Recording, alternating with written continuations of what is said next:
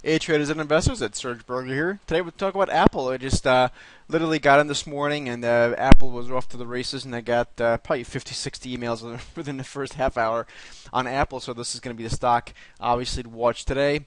So far it's around midday right now. The stock's holding up on Monday.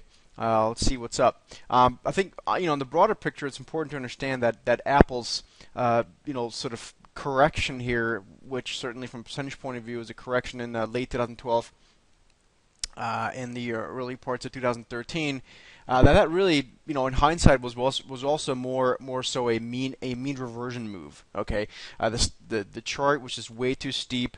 Just expectations were crazy. People had like $1,000 price targets and that kind of stuff. So that's that kind of stuff's conducive to major mean reversion moves. And so I that's it. So then from more of a structural point of view, once the stock really started plummeting, you had a lot of activists and hedge fund guys coming in, talking up the stock, wanting to do this and that. You had Einhorn, you had ICANN, all these guys coming in. Institutional guys were buying or getting stopped out and then reconsider. So all sorts of stuff happening, and that sort of that institutional activity was really sort of palpable in many ways.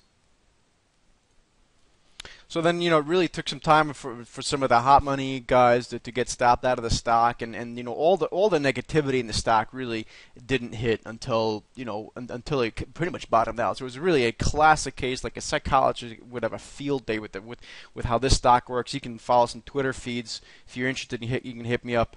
I can show you some guys you can follow for a sort of a contra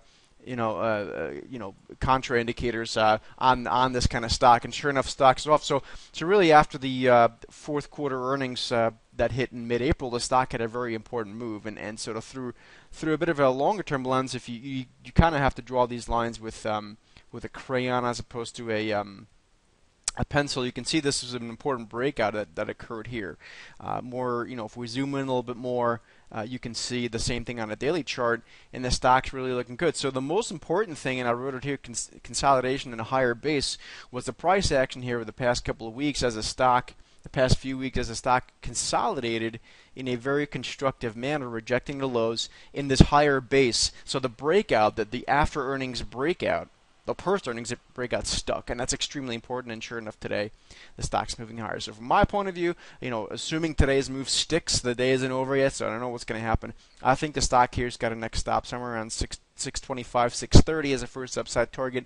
If today's gains evaporate and any sort of negative outside kind of day or any real sort of downdraft in the afternoon, then of course that'll be that theory will be out the window for now. But more or less a move above $600 is a pretty good move, a pretty good place to get long this stock as far as I'm concerned, as far as my portfolios are concerned.